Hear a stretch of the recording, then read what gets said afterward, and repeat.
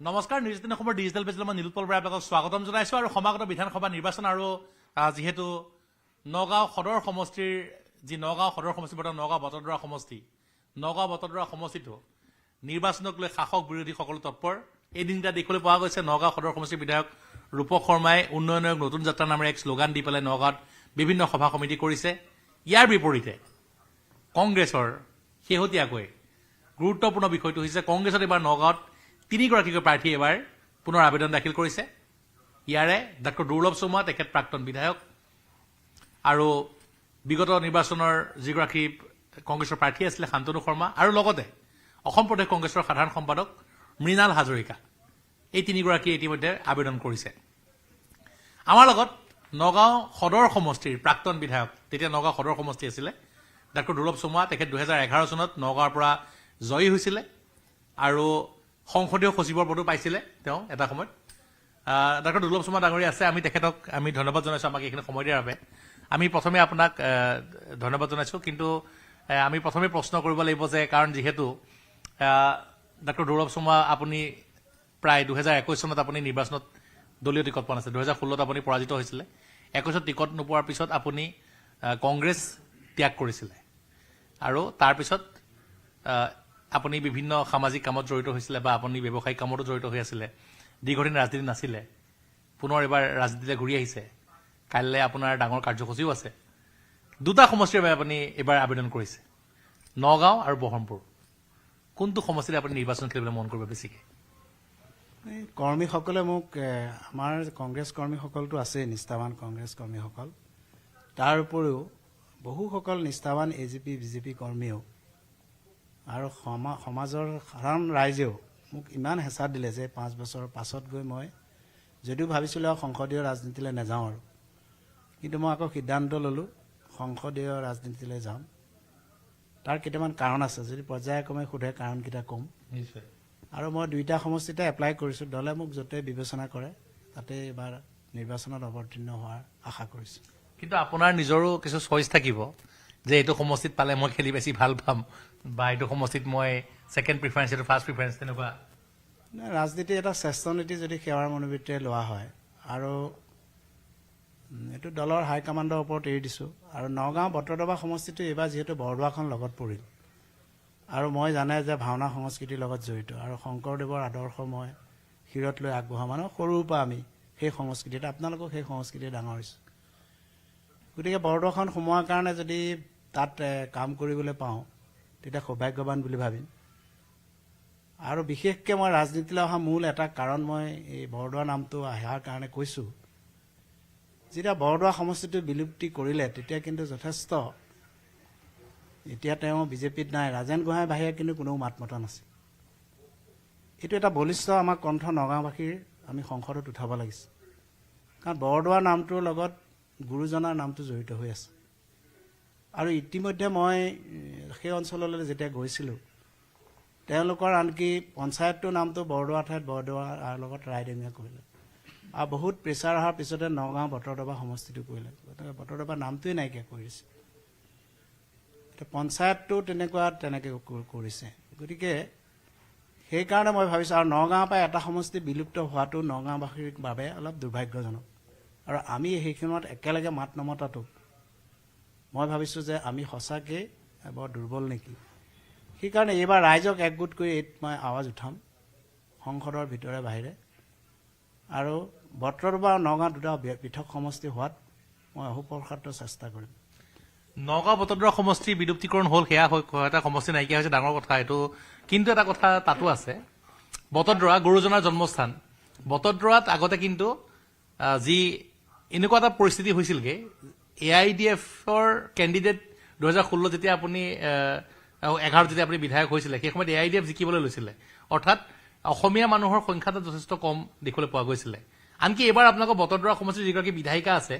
শিৱামণি বৰা তেখেতে নগাঁও বটদ্ৰৱা টিকটেই নিবিচাৰিলে তেওঁ ঢিঙত বিচাৰিছে সংখ্যালঘু অধ্যুষিত সমষ্টিত অৰ্থাৎ তেওঁ সেই সময়ছোৱাত কংগ্ৰেছৰ যিগৰাকী প্ৰাৰ্থী আছিলে তেওঁ সংখ্যালঘু ভোটক লৈহে আত্মবিশ্বাসী আছিলে যাৰ বাবে তেওঁ এবাৰ টিকটেই নিবিচাৰিলে সেয়াও জানো কিছু কংগ্ৰেছ দলটোৰ বাবে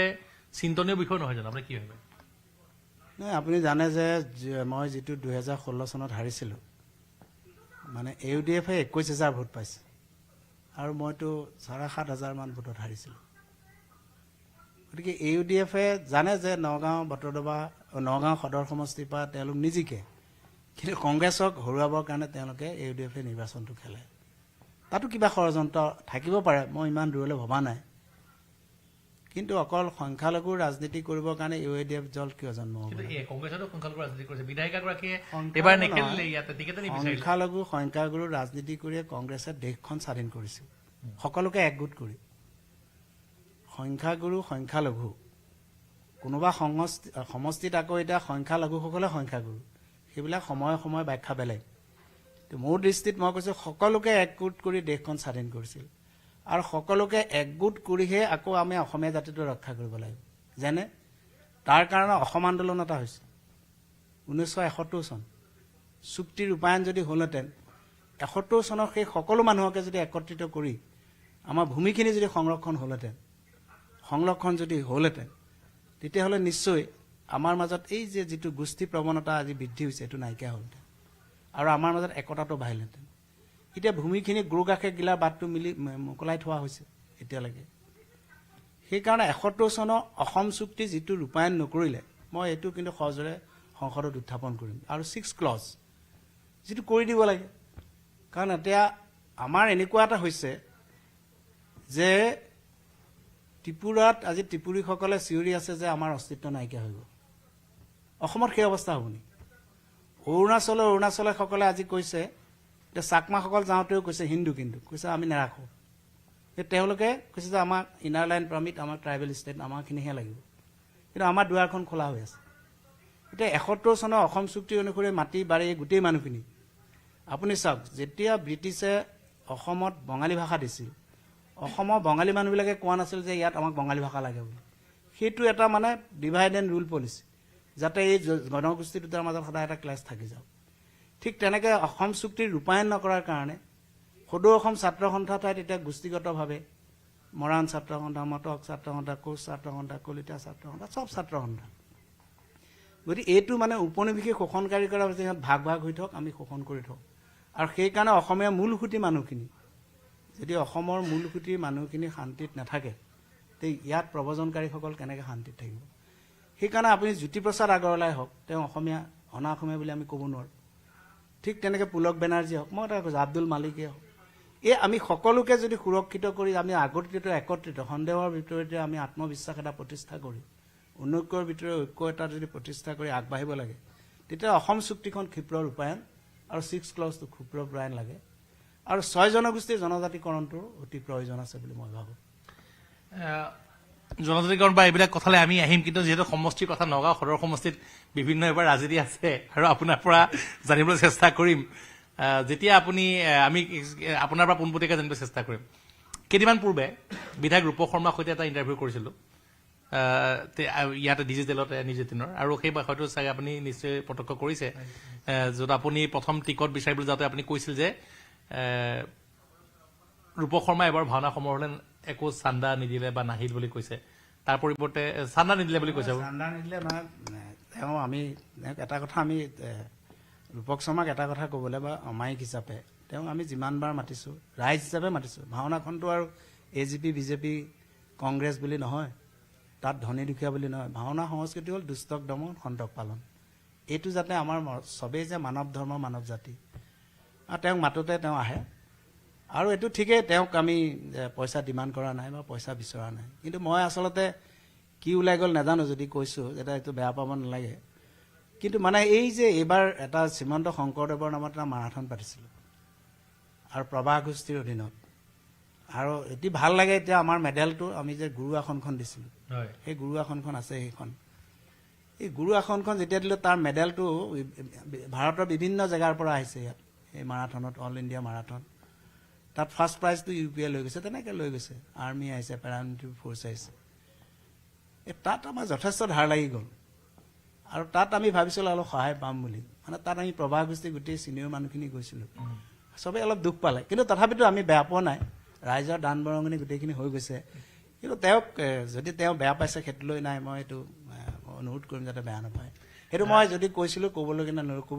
নলগীয়া কথা এটা ক'লোঁ, কাৰণ ৰাজনীতিটো সদায় নাথাকোঁ, আমি সদায় থাকিম ককাই ভাই।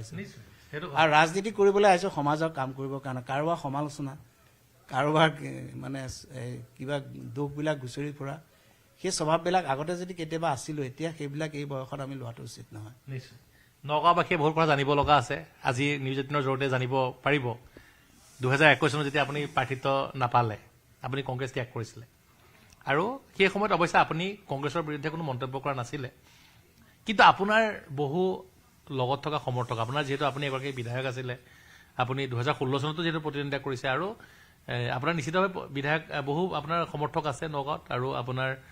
সেই সমৰ্থকসকলৰ বহু অধিকাংশই নগাঁৱৰ নেহেৰুবালিত এখন সভা কৰি পেলাই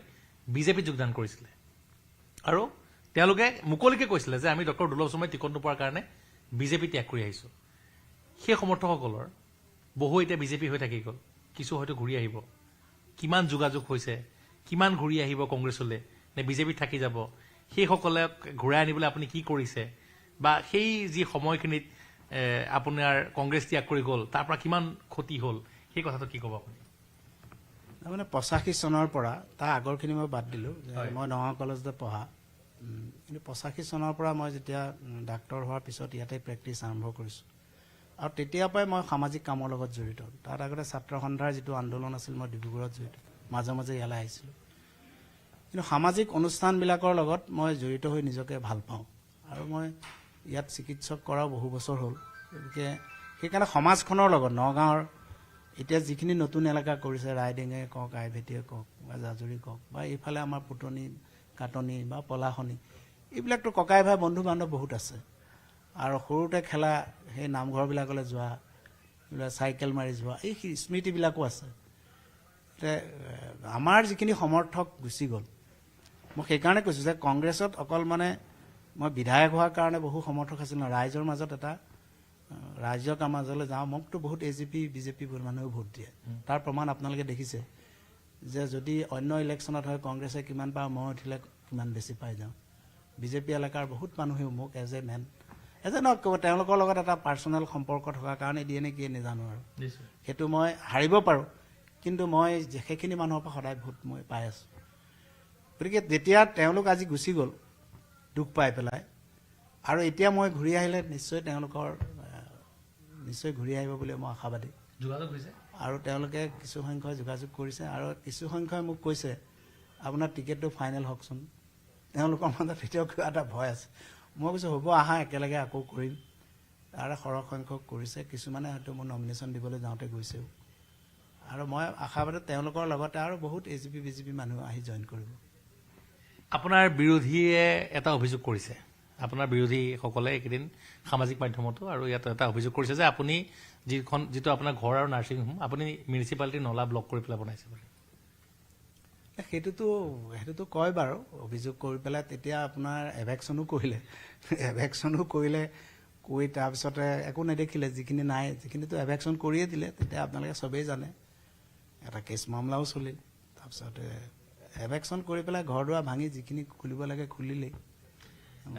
আপুনি নগাঁও সদৰ সমষ্টিৰ বিধায়ক আছিলে 2011 চনৰ পৰা 2016লৈ।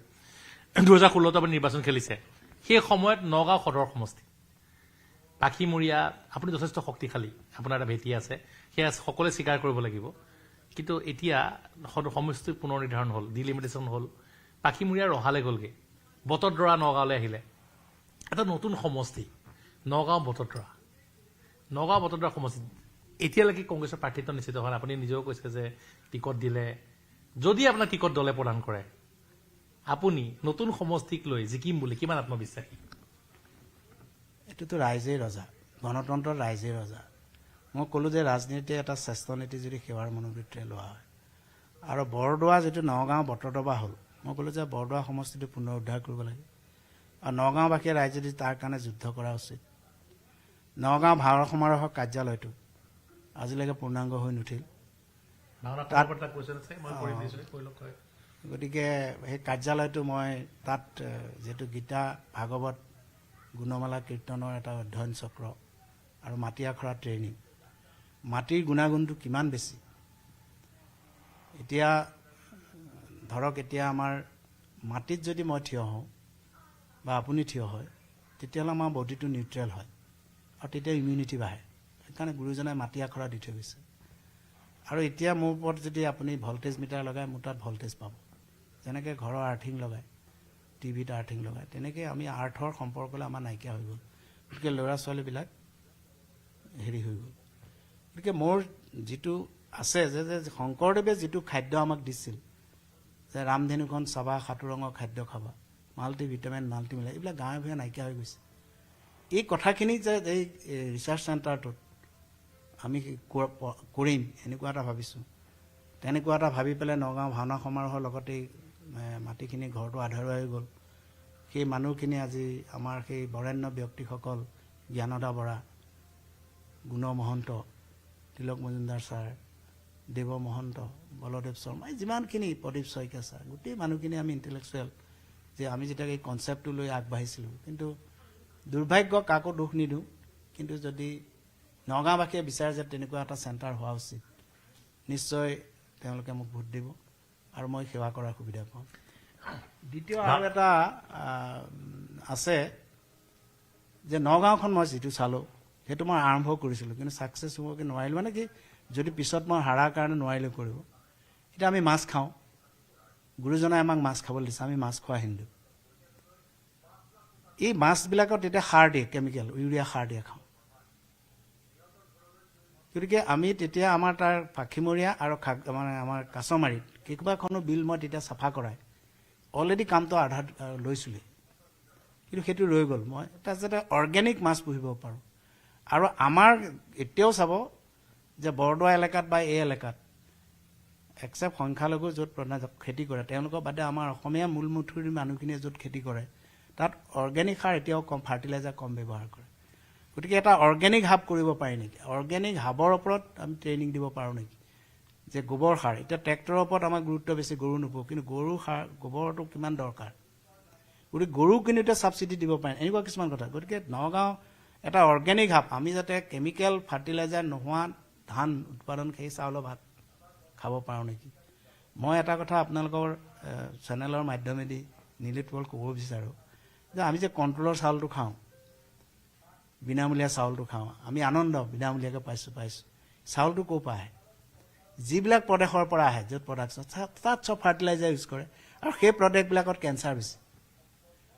পাঞ্জাৱত এখন কেঞ্চাৰ নামৰ ট্ৰেইন আছে 3 দিন 4 দিন আগত গৈ টিকেট কৰিব লাগে টিকেট নাপায় কাৰণটো কি কৈছে তাত ফাৰ্টিলাইজাৰ কেমিকেল বেছি ইউজ কৰাৰ কাৰণে এতিয়া সেই চাউলকেতো আমি খাই আছোঁ সেই চাউলৰ সলনি আমাক ইয়াত প্ৰডাকশ্যন কৰক আমাৰ ল'ৰাবিলাকে কেমিকেল এতিয়া আমাক গোটেই অসমতে অৰ্গেনিক হাব কৰিব পাৰে এতিয়া কিছুমান টি গাৰ্ডেন আছে আপুনি চাব আমাৰ ইয়াত বাৰু টি গাৰ্ডেন নাই তাত জাপান এইবিলাকে একদম সেইখিনি তাহাঁতৰ মানুহ ৰাখি পেলাই অৰ্গেনিক খেতিটো লৈ গুচি যায় কিন্তু আমি যিবিলাক চাহপাত খাই আছোঁ কেফেইন আমাক লাগে কিন্তু আমি কি খাই আছোঁ কেমিকেল দিয়া গতিকে এটা অৰ্গেনিক হাব যদি নগাঁৱত কৰা নাযায় আমিবিলাক বেমাৰ হৈ গৈ আছোঁ ব্ৰিটিছে আমাক কানি খুৱালে এতিয়া আপুনি চাওক কিমান ড্ৰাগছ ইমান তথাপিতো ড্ৰাগছ বন্ধ কৰিব পৰা নাই ড্ৰাগছ আহিছে তাৰপিছতে মানুহবিলাকক লেট নাইট এইবিলাক লাইট চাইটত গৈ late night dinner life style change তাতে এই খাদ্যবিলাক এইবিলাক ইমান মিঠা খায় এতিয়া অবেচিটি ইমান বেছি ৱেট বেছি ল'ৰা ছোৱালীবিলাক হাই প্ৰেছাৰ ডায়েবেটিছ হাব হৈ গৈছে অকল ডায়েবেটিছতে প্ৰায় 11 ট্ৰিলিয়ন মানে কোটি টকা মানে ভাৰতবৰ্ষ ওলাই যায় গতিকে অৰ্থনীতিত আমি মেডিচিনত কিমান টকা এইবিলাক উপনিৱেশিক শোষণকাৰীবিলাকে আমাৰ মাজৰ পৰাই টকাবোৰ লৈ গৈছে গতিকে এইটো মেণ্টেল মানে আমি ইয়থ ল'ৰাবিলাকক কিমান চাকৰি দিব বিনামূলীয়াকৈ দিয়ক বিনা পইচাতে দিয়ক কিমানক দিব এতিয়া মেণ্টেলি যদি আমি ল'ৰাবিলাকক ফিজিকেল এক্টিভিটিটো কিমান জৰুৰী খেতি পথাৰো নকৰোঁ মই যদি ইয়াত হেৰিও নকৰোঁ যে মাটি আখৰৰ শংকৰদেৱে দিয়া নকৰোঁ তেতিয়াহ'লে আমি যিটো বেমাৰী হৈ গৈ থাকিম আমি দুৰ্বল হৈ যাম সেই লাচিতৰ নাম ল'লেতো নহ'ব লাচিতৰ তৰোৱালে দাঙিব নোৱাৰিম চিলাৰাই তৰোৱালে দাঙিব নোৱাৰিম সেইকাৰণে যিটো অৰ্গেনিক হাব বা অৰ্গেনিক মাছ খোৱা সেইটো মানে আৰু অৰ্গেনিক ট্ৰেইনিং এটা কৰিবৰ কাৰণে ইতিমধ্যে 20 বিঘামান মাটি আমি যোগাৰ কৰিছোঁ এটা ট্ৰাষ্টটো কৰা হৈছে তাত ইস্কনৰ লগতো কথা পাতিছে তেওঁলোকে লগত যদি হয়গৈ তেতিয়াহ'লে সেইটো আমি এটা তাত মানে অৰ্গেনিক কেনেকৈ খেতি কৰে তাত ট্ৰেইনিং দি এটা ব্যৱস্থা কৰিম দাদা এটা কথা আপোনাৰ যাবলৈ চেষ্টা কৰিম আপুনি যিখিনি পৰিকল্পনা কৰিছে সেইখিনি মই ভাল আগৰ আছিল হয় পৰিকল্পনাটো মোৰ আগৰ আছিল কিন্তু মাজতে হাৰি থাকিলোঁ হাৰি থকাৰ কাৰণে সেই যে বগীডোবা বিলৰ বা আমাৰ জাৰণি বিলৰ আৰু কাছমাৰী বিল কেইখন আটাইকেইখনত তাত এতিয়াও কিছুমানে মাছ পোহে তাত তেওঁলোকে এতিয়া ৰাইজে নামঘৰৰ কাৰণে পইচা পাতি তুলি আছে কিন্তু যিটো অৰ্গেনিক ৱেত মাছ পোহা সেইটো মানে উইদাউট ফাৰ্টিলাইজাৰ সেইটো হৈ নুঠিলগৈ আৰু আপোনাৰ যথেষ্ট এগৰাকী বিধায়ক হিচাপে আপোনাৰ পৰিকল্পনা আছিলে বা আপুনি সেই সময়ত কংগ্ৰেছ চৰকাৰ চলে কিবা শেষৰ টাৰ্মটোত আপুনি নগাঁৱক প্ৰতিনিধিত্ব কৰিছে কিন্তু এটা কথা আপোনাৰ জানিবলৈ চেষ্টা কৰিম 2021 চনৰ পৰা আপুনি আমি দেখিছিলোঁ আপুনি সামাজিক অনুষ্ঠানৰ লগত যে ভাওনা সমাৰোহ বা আপুনি যিটো গোষ্ঠীৰ কথা ক'লে আপুনি মাৰাথন পাতিছে আপোনাৰ নাৰ্ছিং হোম এখন নতুনকৈ খুলিছে ৰাজনীতিৰ পৰা আপুনি যেন আঁতৰি গৈছিল তেনেকুৱা এটা দেখিবলৈ পোৱা গৈছে নীলোৎপল একদম সঁচা কথা কৈছা যে মই ভাবিছিলোঁ যে ৰাজনীতি কৰিলোঁ আৰু কোনোবা এগৰাকী সাংসদে আকৌ পুনৰ আপোনাক ৰাজনীতিলৈ মাতি আনিছে বুলি কৈছে বা আপুনি কিহৰ কাৰণে আকৌ ৰাজনীতিলৈ আহিবলৈ মন কৰিছে মই ৰাজনীতিলৈ আহিবলৈ মন কৰাটোৱে হ'ল যেতিয়া মই সমাজলৈ গৈছোঁ যে আপুনি আকৌ ৰাজনীতিত আহকচোন কিয় এতিয়া সেইবিলাকলৈ যেতিয়া সমৰ্থকসকলে কয় ৰাইজে কমন ৰাইজে কয় কৈছে যে আপুনি যিবিলাক যে অৰ্গেনিক হাবৰ কথা কৈছিলে ভাওনা সমাৰোহ কাৰ্যালয়তো কৈছিলে ট্ৰেইনিঙৰ কথা কৈছিলে এইখিনি পূৰা কৰিব লাগে আপুনি ভাওনা সমাৰোহৰ কাৰ্যালয়টোৰ কথা কওঁতে এটা কথা যিটো আপোনাৰ ভাওনা সমাৰোহৰ কাৰ্যালয় বনাবলৈ লৈছিলে সেইটো ভেটা দিয়া হ'ল খুব বেয়া কথা কিন্তু সেই ভেটাটো সেই সময়ৰ ৰেলৱে মন্ত্ৰী ৰাজেন গোহাঁই তেখেতে এখন ৰেলৱেৰ এখন ৱাল মৰাই দিলে সেই ভাওনা সমাৰোহৰ কাৰ্যালয়টোত এতিয়া ৰাজেন গোহাঁই অজাপত আছে অৰ্থাৎ বিৰোধী ঐক্যজোঁটতে আছে তেওঁক আপুনি এই বিষয়ত কেতিয়াবা সুধিছিল মই মানে ব্যক্তিগতভাৱে নকওঁ কিন্তু আল্টিমেটলি বিজেপিয়ে নহ'ল কেতিয়া দিলে কোনে তৰুণ গগৈ তৰ্কাটো আহিল আৰম্ভ হ'ল আধাৰশিলা হ'ল তাৰপিছত আহিল কাৰ দিনত বন্ধ হ'ল বিজেপিৰ দিনত বন্ধ হ'ল মই তেনেকেই ক'ব লাগিব বিজেপিৰ দিনত যে বিজেপিয়ে হিন্দুত্বৰ নামত আমি মাছ খোৱা হিন্দুখিনিক নামঘৰটো নাইকিয়া কৰিব নেকি আপুনি তেওঁক সুধিছেনে কেতিয়াবা যে মই এইটোহে সুধিব বিচাৰিছো যে নামঘৰটো নাইকিয়া কৰি হিন্দুত্বৰ নামত আমাৰ অসমীয়া তত্ত্ব শেষ কৰিব গুৰুজনাৰ জন্মস্থান নগাঁও ইয়াত শংকৰদেৱৰ এটা আছে বৈষ্ণৱবাদ আৰু এটা আছে ব্ৰহ্মবাদ ব্ৰাহ্মণ মানে জন্মগ্ৰহণ কৰিলেই ব্ৰাহ্মণ জাতিৰ ঘৰত জন্ম কৰিলে ব্ৰহ্ম গুণটো থাকিব লাগিব আপুনি নৰনাৰায়ণ আৰু চিলাৰায় যদি চায় তাত প্ৰথম যে আমাৰ শংকৰদেৱক মৃত্যুদণ্ড বিহিবলৈ কোনে কৈছিলে সেই বাদটো আৰু বৈষ্ণৱবাদ যিটো ৰামৰাই জীয়েক কমলাপ্ৰিয়া শংকৰদেৱৰ ভায়েক ৰামৰাই জীয়েক কমলাপ্ৰিয়াক চিলাৰায় বিয়া পাতিছিল সেইটো হ'ল বৈষ্ণৱবাদ এই বৈষ্ণৱবাদত শংকৰদেৱে যিটো নামঘৰ বনালে সেই নামঘৰটো দেখিলে অসমীয়া কৰিব লাগে গতিকে অসমীয়াটো জীয়াই ৰাখিবলৈ হ'লে আমাৰ অসম চুক্তি 21 আৰু 6 ক্লজ লাগিব আৰু 21 চন বুলি ক'লেতো মই তাত ক'লোঁ যে আমাৰ অসমীয়া থলুৱা অসমীয়াখিনিৰ উপৰি মাৰোৱাৰী বিহাৰী বঙালী আমি সকলোখিনি পৰি যাওঁ সকলোৰে কাৰণে ভূমিখিনি সংৰক্ষণ কৰিলে কামটো সেই অৰুণাচললৈকে তাৰপিছত ইনাৰলেণ্ড পাৰ্মিট কৰি পেলাই দিলেই আমাৰতো সমস্যা চব আমি অসমীয়া বুলি কৈ একেলগে অনৈক্যৰ বিপৰীতে আমি কাম কৰিব পাৰিম গতিকে কথা আছে যিখিনি আপোনাৰ লগত আপুনি সেই কথাখিনিৰ বাবে দায়ীও নহয় এতিয়া আপোনালোকৰ কংগ্ৰেছ চৰকাৰ 1951 চনতে কিন্তু উচ্ছেদ কৰিছিলে গোপীনাথ বৰদলৈ বিষ্ণুৰাম মেধিয়ে তাৰপিছতে সেই কংগ্ৰেছে সৈয়দ ছাদুল্লাক যোগদানো কৰাইছে সেই সময়ত আপোনালোক ৰাজনীতিত নাই বা আপোনালোক একেবাৰে শিশু আছিলে বা মইনুল হক চৌধুৰী যিগৰাকী জিন্নাৰ পি এ আছিলে সেইগৰাকীক কংগ্ৰেছে মন্ত্ৰিত্ব দিছিলে এই সময় ভুল কংগ্ৰেছৰ নেতৃত্ব কৰিছে কিন্তু এতিয়া যিটো উচ্ছেদ চলি আছে এই উচ্ছেদটোৰ বিষয়ে আপুনি কি কয় এই উচ্ছেদটোৰ বিষয়ে মই চাইছো মই আপুনি ঠিকেই কৈছে যে বিষ্ণু আমাৰ কি কয় আমাৰ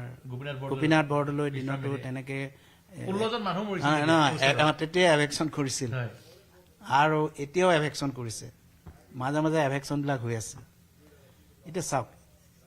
এভেকশ্যন কেতিয়া হয় এনফৰ্চমেণ্ট হোৱাৰ পিছত হয় এনফৰ্চমেণ্ট কোনে কাৰ দিনত এতিয়া চাওক আমাৰ মণ্ডলবিলাকেও মাতি চায় চাৰ্কল অফিচাৰ আছে মাটিখিনি চাবলৈ গাঁওবুঢ়া আছে গাঁওৰক্ষী বাহিনী আছে এইবিলাকে ৰিপৰ্ট নকৰিলে কিবা আইনত সুৰুঙা আছে নেকি আইনখন এনেকুৱাকৈ দিয়া যে তাৰ এইখিনি চৰকাৰী মাটি গেজিং ৰিজাৰ্ভ ফৰেষ্ট লেণ্ড ইয়াত কোনোবা বিট অফিচাৰ ৰেঞ্জাৰ যদি তেওঁলোকৰ দিনত দখল হৈছিল তেওঁলোকৰ ওপৰত কি একশ্যন হ'ব এতিয়া বেদখল যিখিনিয়ে কৰিলে সিহঁতক উচ্ছেদ কৰিলে সিহঁতো ইয়াতে ঘূৰি ফুৰিছে ক'ৰবাত আকৌ বেদখল হ'বগৈ ক'ৰবাত হ'ব কিন্তু এই যিবিলাক অফিচাৰৰ নেগলিজেঞ্চ আইন ভংগ কৰিলে তেওঁৰ ওপৰত আইনৰ কিবা ফাঁক আছে নিশ্চয় সেয়া আইনখন কিয় নবনায় যেনে মাটিৰ ক্ষেত্ৰত মই এটা জানো মই সেইটো কাৰণে আগতেও মই এইটো ফাইট কৰিছিলোঁ আৰু এখন আমাৰ ভূমি সুৰক্ষা সমিতি বুলি কৰি আমি মেমৰেণ্ডামো দিছিলোঁ তাত আমি লিখিছিলোঁ যিটো লেণ্ড টু ষ্টেট ছাবজেক্ট গতিকে এই মাটিখিনি সংৰক্ষণৰ ব্যৱস্থা কৰিব লাগে এইখিনি আমি দিছিলোঁ যে তাত এনেকুৱাকৈ আছে যে চাৰ্কল অফিচাৰে যদি আজি আপোনাক নামজাৰি কৰে বা চাৰ্কল অফিচাৰ ডিচিয়ে যদি ভুলতো আপোনাক মাটিখিনি দিলে তাৰপিছত তেওঁলোকৰ কিন্তু পানিছমেণ্ট নহ'ব আইনত নাই ভুলতে মানে অভাৰচাইট বুলি লিখা আছে তেনেকৈ যদি অভাৰচাইট হ'লেই হয় তেতিয়াহ'লে দুৰ্নীতি কৰিবলৈ বাটটো লিখি দিয়া আছে তেনেধৰণৰ আইনত সুৰুঙা আছে নেকি সেই আইনৰ সুৰুঙাবোৰ মাত দি যদি মাটিখিনিৰ গাঁওবুঢ়াৰ ওপৰত যদি ৰেছপনচিবিলিটি দিয়ে যে তেওঁ 2 মাহ 3 মাহ জেল হ'ব ইমান ফাইন হ'ব মণ্ডলৰ ওপৰত যদি লাট মণ্ডল বিট অফিচাৰৰ ওপৰত যদি দিয়ে ৰেঞ্জাৰৰ ওপৰত DFOৰ ওপৰত দিয়ে এতিয়া এভেকশ্যন হৈ আছে সেই অফিচাৰবোৰ আৰামত শুই আছে কালিলৈ আকৌ বেলেগ চৰকাৰ আহিব আকৌ বহাব সেই অফিচাৰ সেই আইনটো সুৰুঙাটো নাইকিয়া কৰিব লাগে আৰু যোনেই চৰকাৰ নকৰক এই আইন সুৰুঙা নকৰালৈকে এইবিলাক এভেকশ্যন চলি থাকিব এটা ইছ্যু হৈ থাকিব মানুহে হাৰাশাস্তি হৈ থাকিব গতিকে আইনৰ ৰক্ষকসকলক পানিছমেণ্ট দিয়া ব্যৱস্থা কৰিব লাগে কিছু এডভান্টেজ বিজেপিৰ আছে আপোনাক মই পুনৰ কৈছোঁ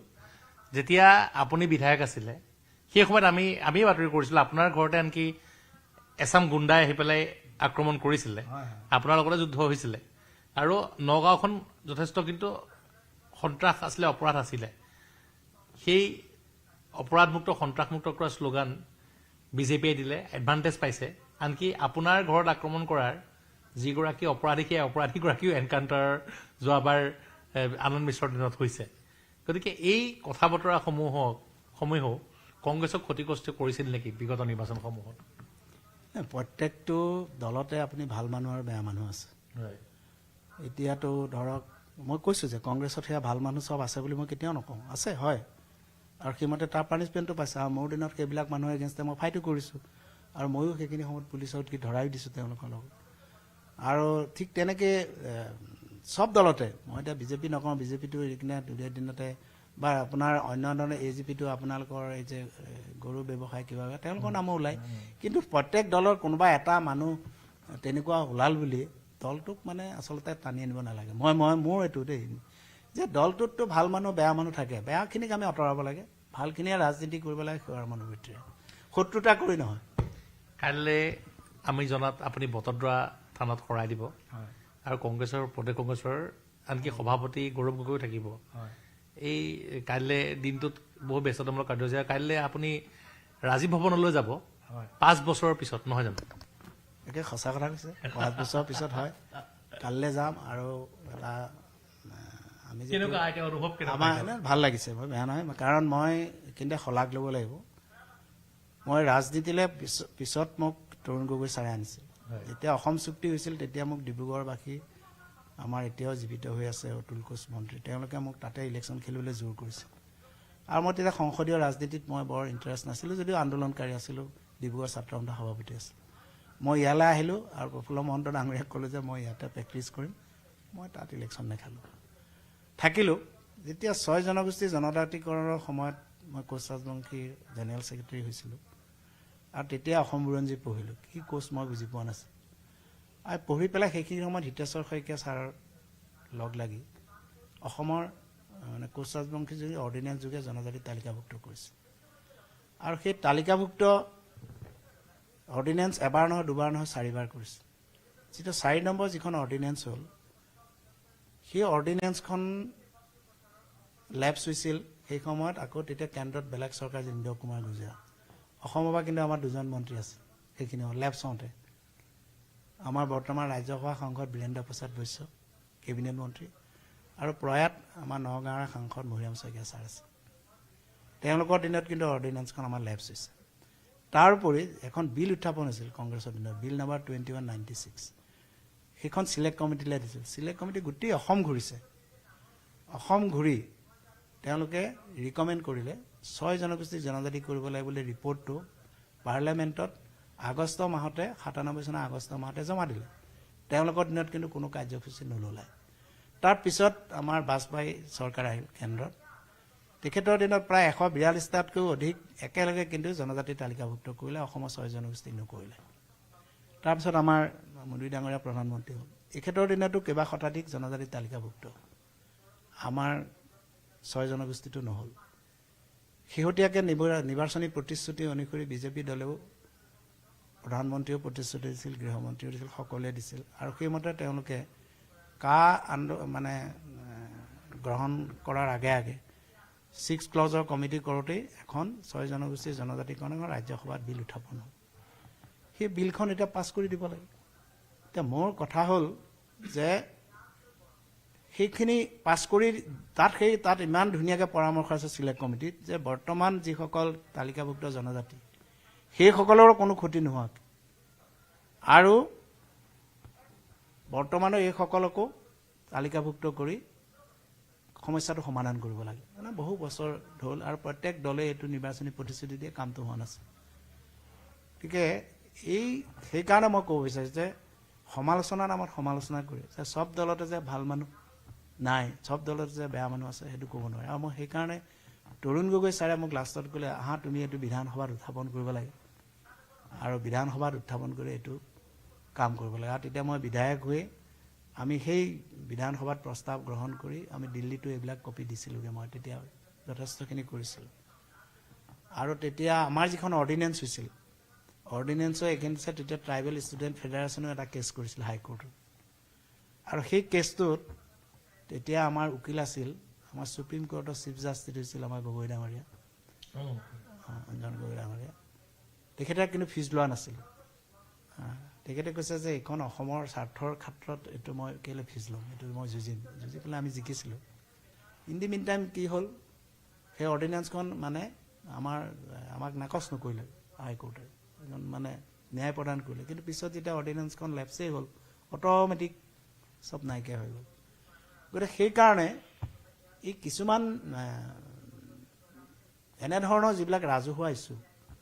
সেইবিলাকে মোক আকৌ টানি লৈ গ'ল যে সংসদীয় ৰাজনীতিলৈ গৈ যে অসম চুক্তি কিয় ৰূপায়ণ নকৰে অকল পাগলৰ দৰে চিঞৰি থাকোঁ নেকি পাগল বুলি কয় যদিও কওক জনজাতি ৰাজ্য কিয় নকৰে অলপ চিঞৰ-বাখৰ কৰোঁ 6 ক্লজটো কিয় নিদিয়ে আপাৰ হাউচটো কিয় নিদিয়ে এতিয়া চাওক মৰিগাঁৱত অকল তিৱা জনগোষ্ঠী এজন আছে যদি টিকেটটো নিদিয়েতো তিৱা জনগোষ্ঠীয়ে নাপায় এতিয়া আপাৰ হাউচটো হ'লেতো তিৱা জনগোষ্ঠীক এটা দিব পাৰে গতিকে এনেধৰণৰ ডিপ্ৰাইভ কমিউনিটি বহুত আছে থলুৱা আমাৰ জনগোষ্ঠী আৰু আমি সকলোৱে মৰ্মবেদনাবিলাক উপলব্ধি যদি নকৰোঁ কোনে কৰিব নিশ্চয় শুভেচ্ছা থাকিলে অভিনন্দন থাকিলে নতুন যাত্ৰালৈ আপোনাৰ যিহেতু কাইলৈ তেখেতে বটদ্ৰৱাত শৰাই দিয়াৰ পিছতেই বহু দলীয় সমৰ্থকৰ সৈতে বহু দিনৰ অন্তত পুনৰ ৰাজীৱ ভৱনলৈ যাব পুনৰ এবাৰ যিহেতু নগাঁও সদৰ সমষ্টিৰ পৰা তেওঁ প্ৰাৰ্থিত্ব বিচাৰিছে নগাঁও বটদ্ৰৱা সমষ্টিৰ পৰা লগতে ব্ৰহ্মপুৰ সমষ্টিৰ পৰা আবেদন কৰিছে গতিকে দলীয় নেতৃত্বৰ তেওঁলোকৰ সেয়া ভিতৰুৱা কথা তেওঁলোকে কাক টিকট প্ৰদান কৰে কিন্তু যদি নগাঁৱত তেওঁক টিকট প্ৰদান কৰা হয় তেনেহ'লে তেওঁৰ যেতিয়া টিকট নাপাওঁতে যিখিনি সমৰ্থকে দল ত্যাগ কৰি গৈছিলে সেই সমৰ্থকসকলৰ বহুতেই পুনৰ তেওঁৰ কাষলৈ ঘূৰি আহিব বুলি তেওঁ আশা প্ৰকাশ কৰিছে আৰু লগতে অনাগত সময়ত তেওঁ যদি পুনৰ প্ৰতিনিধিত্ব কৰাৰ সুযোগ পায় তেনেহ'লে নগাঁৱত তেওঁৰ কি কৰ্মপন্থা তেওঁৰ আছে কি কাৰ্যসূচী আছে আৰু বা জনজাতিকৰণৰ বাবে তেওঁ কি কৰিব সেয়াও তেওঁ ব্যক্ত কৰিলে ধন্যবাদ